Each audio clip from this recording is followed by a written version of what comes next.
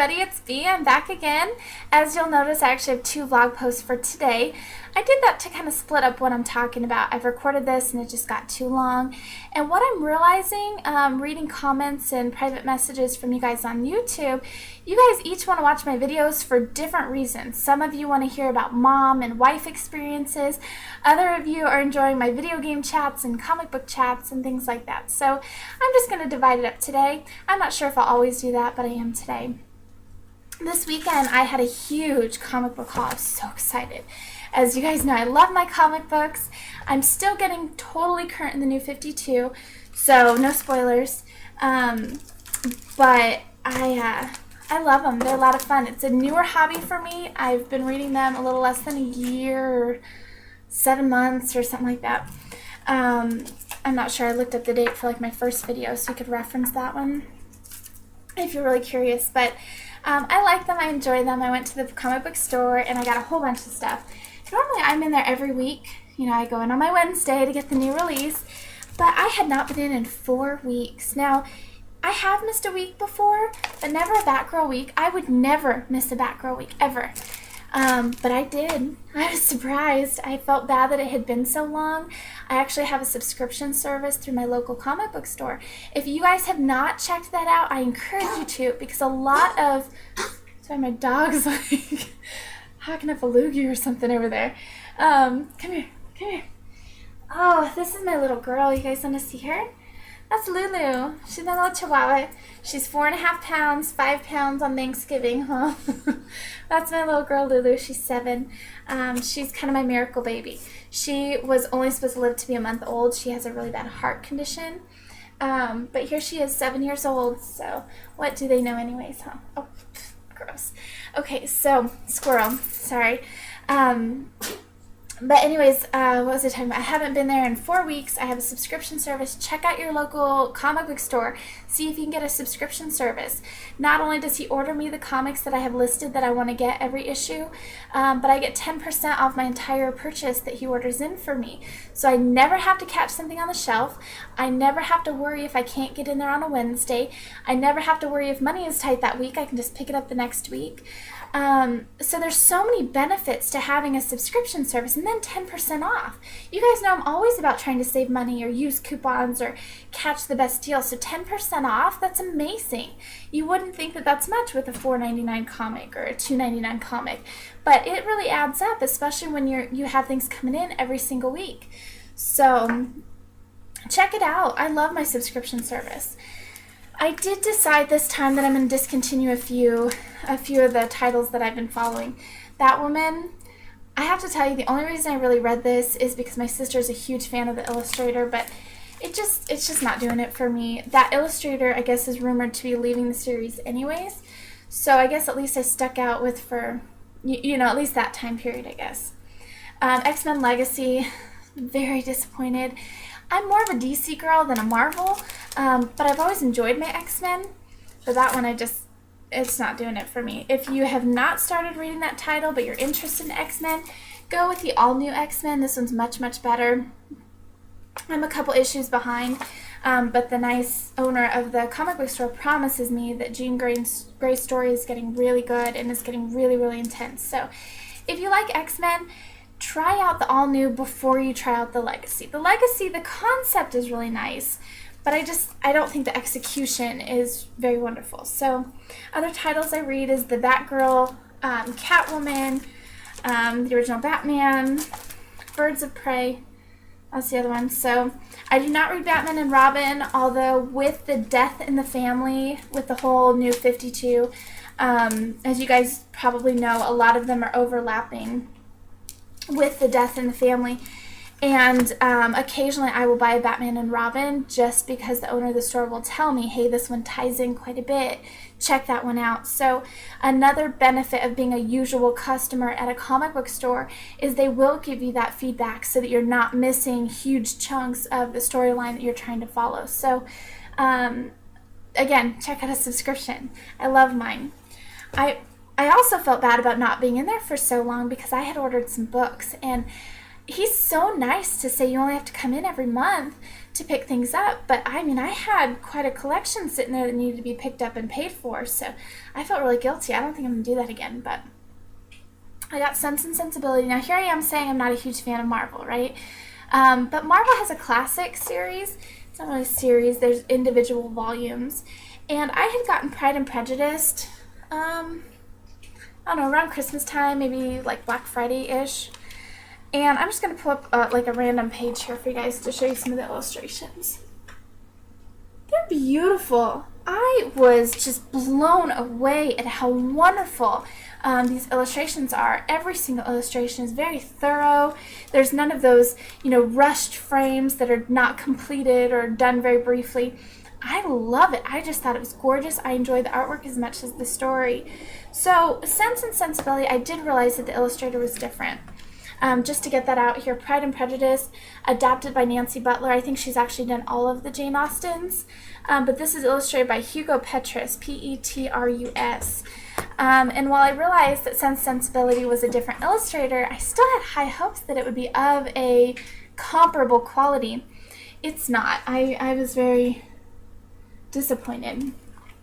It's very cartoony to me, and so I guess I just didn't appreciate it as much as I thought I would. This illustrator is Sunny Liu, Liew. I'm not telling you don't read it. It's a great story, and hopefully once I really get into it, the illustration will grow on me, but just at a glance, I was not real impressed. So I'm looking forward to reading it and seeing if it will kind of change my mind there. But I got Batman the Brave and the Bold. Now, I'm not sure if you guys know about this. I'm not sure if it's discontinued last year or the year before, maybe 2011 even. But this is a Batman series that's very child-friendly, very kid-friendly. As you guys know, you're reading the normal Batman comics. It is not age-appropriate at all. Just because it is a comic book does not make it for young children. So I really think that should be the discretion of the parents and where a child's maturity level is at the time that they want to read it. For my son, however, that's not even kind of a possibility. He's only 4.5. So this one I like because there are other characters there. You have Superman, you have Wonder Woman, and he knows all these characters. The Flash, I think, is in here. He is right there. So he likes Batman, but I needed to find something that was age appropriate. Again, having a subscription and being a usual at the comic book store. He knew what my son liked. He usually reads Lightning McQueen and Scooby-Doo. He had overheard conversations with my son asking me if he could read my comic books and me trying to explain why he couldn't. So this is strictly his recommendation saying, hey, did you know? No, I didn't know. So it was wonderful to get to know him and have the recommendations and things. So another benefit to having a subscription and being a usual, you will get feedback and recommendations that normally walking in there on your own you wouldn't get. Another thing I've noticed, there's a couple comic book stores, and I was kind of going to both of them when I first moved here. And when you walk in there, it's not like walking into a retail store where they're like, haha, I'm going to sell you something, so I'm going to be so nice to you. It's a little different. It's like walking into a yarn store. If you don't know them and they don't know you as far as clientele, there's no relationship there, so it can be kind of cold. If you walk into a comic book store and you feel kind of discouraged, like, wow, they're kind of sticking to themselves and I don't really know what I'm doing here, find the owner or the manager or who's running the place. Say, hey, look, I'm new. I don't know anything. That's what I did. I walked in. I said, my sister's a comic book illustrator. I've never read a comic book before. I want to try something. What do you recommend? And he actually sent me home with the first volume of The Birds of Prey and the New 52. And I loved it. And then I was just back there thirsty for more. And I took his recommendations to heart. There were some things I liked, some I didn't. But don't be discouraged if you walk in there and you feel like they're kind of their own clique and you're the outside person. A lot of people get that stereotype like, oh, only these kind of people go into a comic book store or whatever. Don't do that. Don't do that. I don't care who you are. You could be a 30-year-old mom and wife like me. Don't think, oh, well, I'm not that person, so I'm not going to try comic books. That's dumb. That is very ignorant.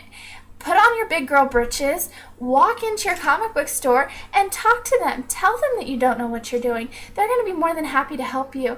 And I walked in feeling awkward, feeling inadequate, and now I love it. I love going in there. I look forward to getting comic books, just so that I can go in there and meet people who have similar interests and things like that. So don't be shy. Don't be ignorant enough to think that you can't try something new because you don't fit that stereotype. Like I said, this is comic books, but the same thing applies to knitting. You walk into a store, and while there are a lot of young people who knit and crochet, a lot of young people, there's a whole, slew of us that are designing knitwear and crochet wear and things like that. But you walk in, and I guarantee most of the time you are going to see primarily elder women. They're picking out yarn or getting help or working on a project. Do not let yourself fall into that stereotype. There are a ton of us that are young who like knitting, like crochet, just like comic books. There are a lot of us who are older who really enjoy comic books and don't fit into that stereotype. So do not miss the opportunity to try something new because of your own insecurities and your own feeling of inadequacy.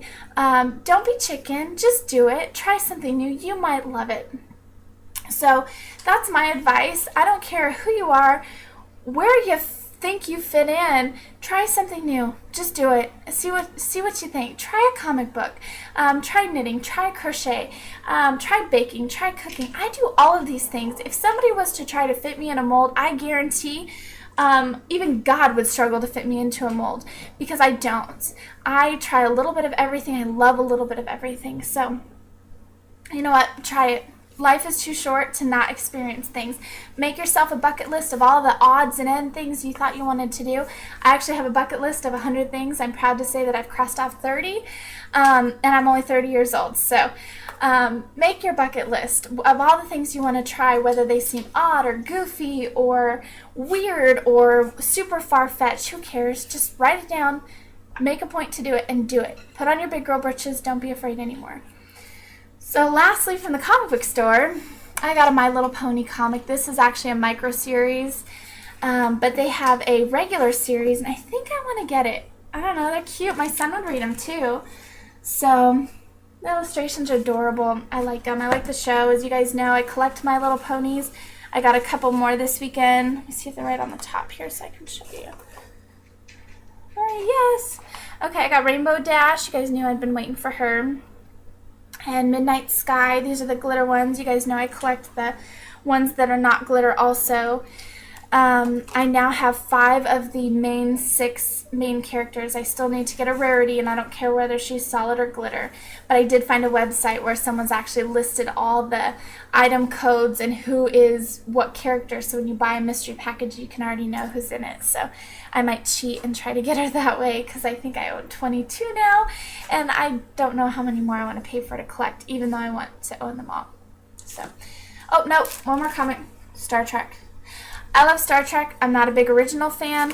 I grew up watching The Next Generation. I absolutely love Enterprise, the prequel series that they did. Love it. I know it's hit or miss. People either loved it or hated it. I loved it, absolutely. But this is a mini-series of comics that they're doing before the 2013 movie is released. I loved the first movie. I thought it was great, even though I didn't really appreciate the original series like die-hard Trekkies do. A lot of die-hard Trekkies did not appreciate the first movie, did not like it because it's more of an alternate type universe. I love it. If you haven't watched it, try it. The new one's coming out. I'm super excited for it. So I think that's everything, you guys. I apologize for the glasses today. I actually get headaches when the weather changes quite a bit, and it sure has here. So I hope there wasn't too bad of a glare. But I guess that's it, you guys. Try something new. Make a bucket list. There's my advice. And I may split up my vlogs here in the future. I'm not sure. So I hope this didn't drag on too long. I hope you weren't miserable. I hope you're enjoying this week's comics. Have a good one. Bye, guys.